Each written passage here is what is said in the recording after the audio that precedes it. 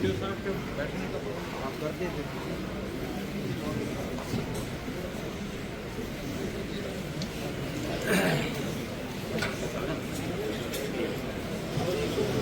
नहीं, मैं इसको देखता कौन है पूरे इस मीटिंग का प्रेजेंटेशन इस बार थोड़ा लेट आया था और दिशा की मीटिंग कौन वो करता है कोऑर्डिनेट?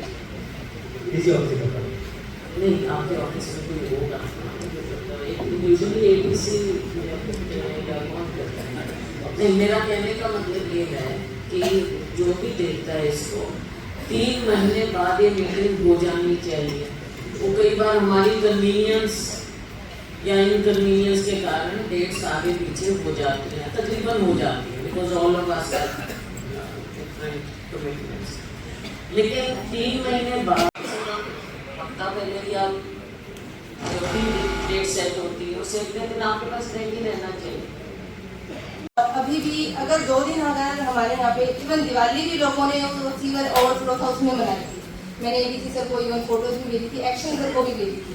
अब यहाँ तो एम्प्लॉइज कम है, या तो वो एम्प्लॉइज एचकेआरएम में भर्ती करें, सिर्फ 2 एम्प्लॉइज हैं। चंचल जी, इससे आपको या पब्लिक को कुछ लेना देना नहीं है, वो इसका जवाब है, लेकिन आपको और पब्लिक को काम चाहिए, उसके बारे में जवाब दे दें। हाँ जी, क्योंकि मैं हर बार राइसिंग से 2 एचपी सर, अभी मेरे को 2 महीने एडिशनल चार्ज मिला डबल से।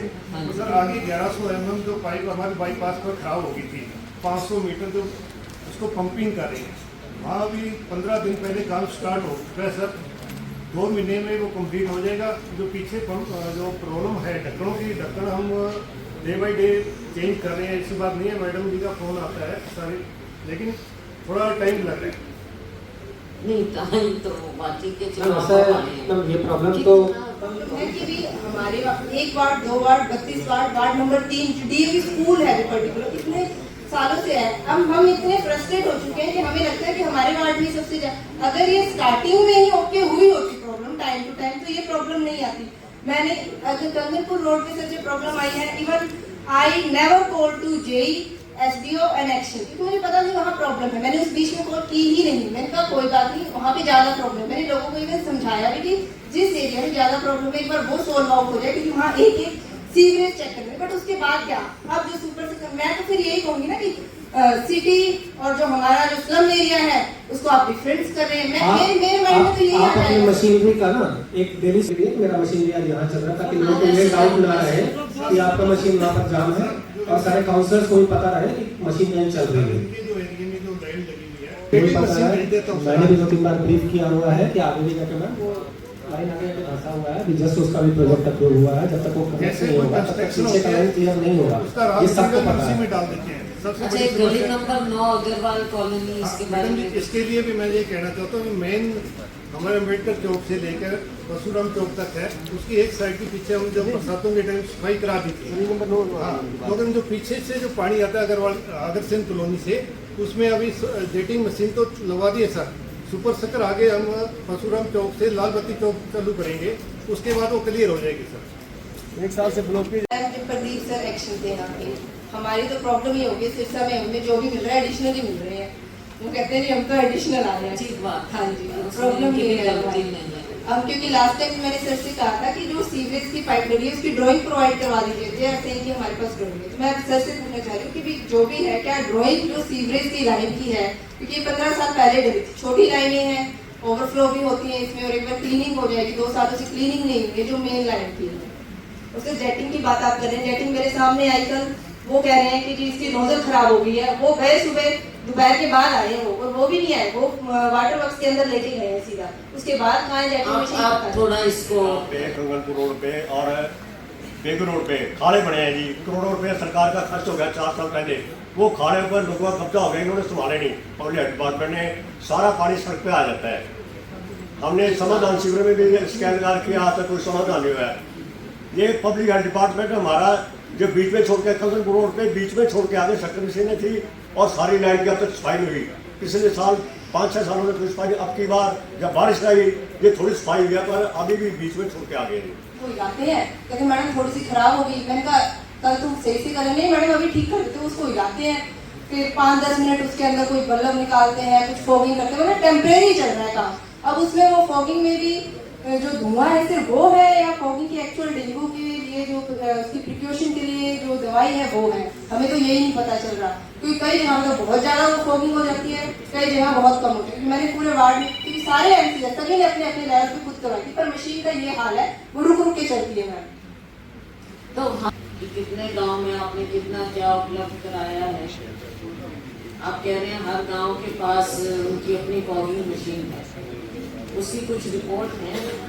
की सिचुएशन आती है, हम माननीय डीसी साहब की दिशा निर्देश में लेटर इशू करके हमारे वीडियोज के माध्यम से, बाकायदा चौकीदार के माध्यम से उनको जो है पब्लिक को अवेयर किया जाता है। टाइम टू टाइम जहाँ भी पानी इकट्ठा होता है उस पानी की जो है देख के उसको वहाँ से वो करते हैं, एक जगह से कहीं गंदगी नहीं रहने देते और फॉगिंग टाइम टू टाइम करवाते हैं जब भी कोई ऐसी सिचुएशन आती है। आई नो, नहीं ऐसा तो आप बहुत अच्छी। वो कहते हैं जी हम कर ही नहीं सकते, अलाउड ही नहीं है। जिसके पहले डेंगू होगा फिर वो रिपोर्ट लेके वहां लिखा गया कि उसके घर में करेंगे, प्रोसीजर भी नहीं करेंगे। उन्हें खुद कही है कमेटी में बात, खुद ये बात यार। कौन है आपके एरिया में, उनसे पूछो। आपसे 107 सी ब्लॉक और 107 बी के अंदर ही केस हुआ था और मेरा भी 107 ए है। मैंने कहा हमारे कर दो, नहीं किया। पहले 107 बोली हमारे भी कर दो, उनके भी नहीं किया। मैंने कमेटी में बात करी, वो कहते हैं अलाउड ही नहीं है। मैम ये फॉगिंग की हमारे पास फोटोज, मैं तो कह रहा हूँ वो कंफर्म करो, मैं उससे बात करवा सकता हूँ अफसर से फोन पे। अभी उन्होंने खुद मना किया, मैं कर नहीं सकते। कौन है वो यहाँ पे है? आपकी किससे बात हुई थी? किससे बात हुई थी? ईओ से ऊपर अफसर होता है क्या, डीएमईओ के कुछ उनसे बात हुई थी। नंबर मेरे को किसी ने दिया था, एमसी ने नंबर दिया था मेरे को, मैंने बात करी थी। वो मना करेंगे, हम कर नहीं सकते। ये अलाउड नहीं है, ये बात उन्होंने कही। सर काम के प्रति सीरियसनेस है क्या? अब ऐसे झूठ बोल रहे हैं, क्या करेंगे? मैम ये सही बात है जो आप ही बता रहे मैं हो। हाउस नंबर दे रहा हूँ 107 में, 112 में डेंगू हुआ था। 2 बार मशीन आई है, दोनों बार उसके घर में करके गई है, पड़ोसियों में नहीं करी। पूरी गली वालों ने कहा हमारे भी कर दो, करे और वहाँ बात की तो उन्होंने मना कर दिया। ये सच्ची बात है जी, आप उनसे बात नहीं करेंगे। मैडम ये सही बात है, क्योंकि जो सरपंच एक्टिव है ना, वो तो अपने गांव में करवा रही है।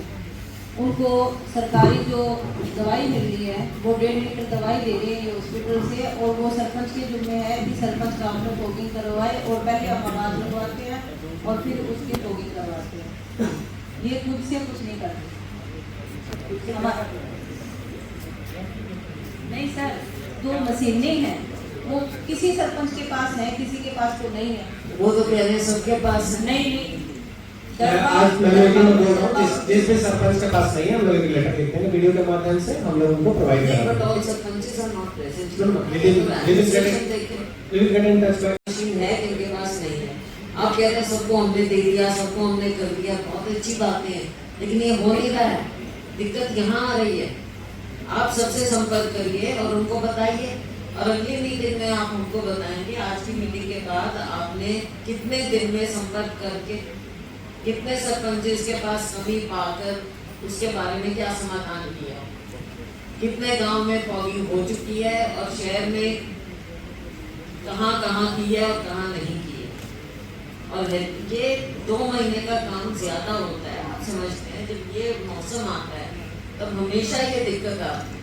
तो ये 2 महीने में थोड़ा एक्टिव होकर रिस्पॉन्सिव अगर हो जाए पब्लिक के लिए तो कितनी समस्या का हल हो जाए।